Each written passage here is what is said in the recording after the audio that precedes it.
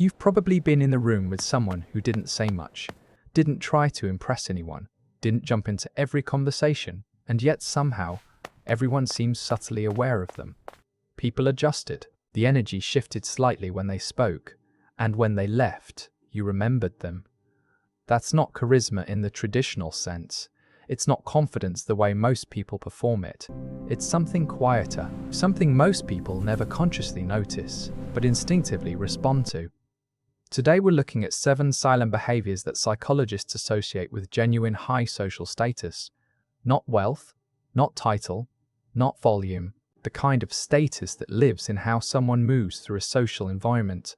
Watch someone who genuinely holds social weight in a room. When they make a decision, where to sit, what to order, whether to stay or leave, they don't add a disclaimer after it. They don't narrate their reasoning to make others comfortable. Most people do the opposite without realizing it. I'm just going to grab water. I don't really drink that much at these things. I have an early morning anyway. That entire explanation, unsolicited. And psychologically, what it signals is a low-level need for approval, a need to make sure no one misinterprets you, judges you, or thinks less of you for a perfectly normal choice. The person who just gets the water and sits back down, they're not being rude, they're just not broadcasting their inner permission system to the room. Psychologists call this justification anxiety, the compulsive need to explain choices to preemptively defend against imagined criticism. High-status individuals, whether they're aware of it or not, have largely stopped running that program. Their actions don't come with footnotes. Silence in social situations carries enormous psychological weight. Most people are deeply uncomfortable with it. There's something about a pause in a conversation, after a question, between two people, that triggers a kind of low-grade social panic. So people fill it, with noise, with laughter that isn't quite real, with words that don't carry much meaning. Someone with a settled sense of their own status doesn't feel that panic, they let the silence sit. They respond to questions after a beat, not before they've finished thinking. In meetings, in conversations, in negotiations, they don't rush. And that unhurried quality sends a very specific signal to everyone around them. Research in social dominance theory suggests that pace and timing are among the most reliable nonverbal indicators of status. Fast, reactive, filling the gaps communication signals, anxiety. Slow, deliberate, comfortable with poses communication signals, security. People instinctively read this. They can't always name it, but they feel it. There's a particular pattern that shows up in social groups, call it status sparring. Someone makes a point. Someone else slightly one-ups it. Someone else tops that. And suddenly what looked like a conversation is quietly a competition. Everyone's trying to be the most interesting, the most experienced, the most insightful. High-status individuals opt out of this almost entirely. They'll listen to someone tell a story about a trip they took, and they won't immediately follow it with their own better trip. They'll let the moment belong to the other person.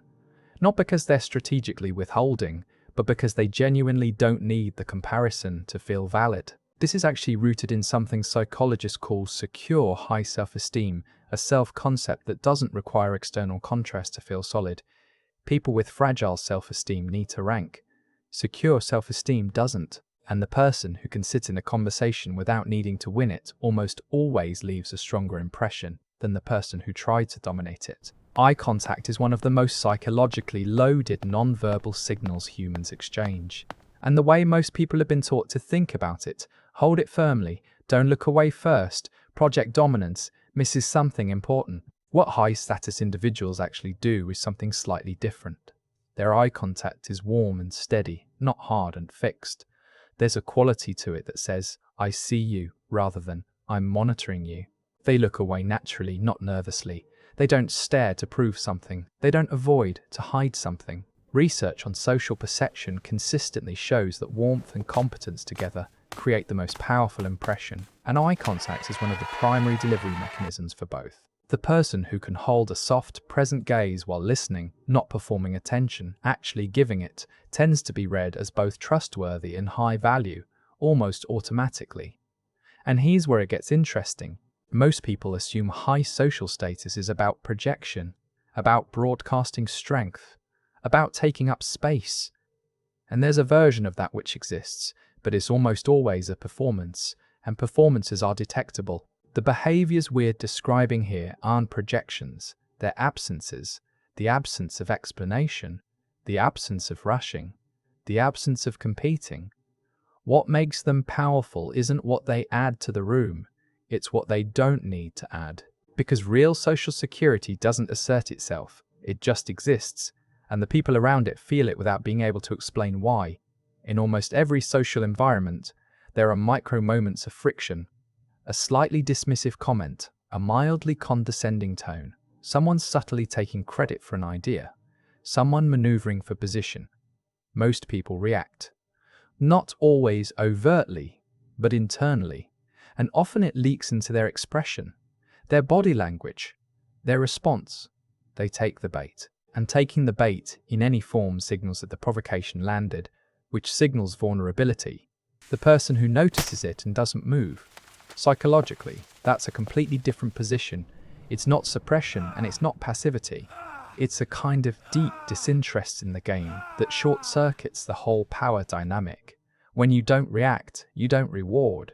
And when you don't reward, the behavior loses its leverage. This is connected to what psychologists describe as internal locus of control, a sense that your emotional state is generated from the inside, not managed from the outside. People with a strong internal locus simply aren't as susceptible to external manipulation, and that stability is visible. Others sense it without having the language for it. There's an assumption that status comes from having strong takes, from being the person with the most confident analysis, the clearest position, the loudest perspective. And in some environments, that reads as power. But watch closely, and you'll notice it's often fragile. Strong opinions, loudly held, tend to invite challenge, require defense, and need constant reinforcement. High-status individuals often do something different. They ask questions that are genuinely curious, not rhetorical, not leading, not status moves disguised as questions. Real curiosity. What made you see it that way? How did that actually feel from where you were sitting? Questions that pull something out of the other person that wasn't already on the surface. This is psychologically significant for two reasons. First, curiosity signals security. You're only truly curious when you're not threatened by what you might hear.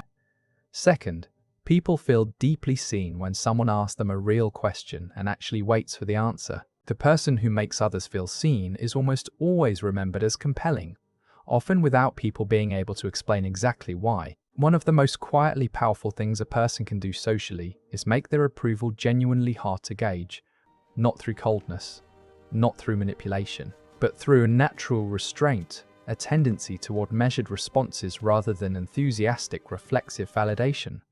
Most people have learned to run on social feedback, a nod, a laugh, and that's so good. These are small social calories that most people are constantly seeking, even when they don't know it. And someone whose approval feels hard to read but not unkind creates a psychological effect almost automatically. Attention orients toward them. People find themselves wanting to know what they think. This is connected to what's called intermittent reinforcement in behavioral psychology. Unpredictable reward schedules create stronger attentional pull than constant ones. The person who responds warmly but not effusively, who smiles but not reflexively, whose interest feels real when it appears because it doesn't appear constantly, that person tends to hold more psychological presence in a room than the one who is enthusiastic about everything. None of these behaviors are performances. That's what makes them different from most of what gets called confidence advice online.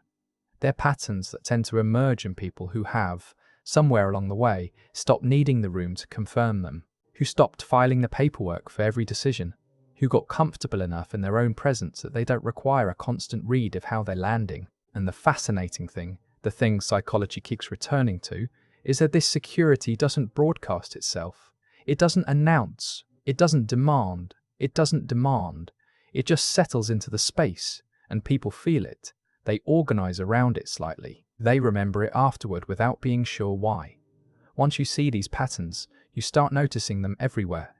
In the person at the meeting who speaks twice and is remembered most. In the friend who never seems rattled by social turbulence. In the quiet presence that holds a room without trying to. It was never random. It was always a pattern. And understanding the pattern, seeing it clearly, is already a shift in itself.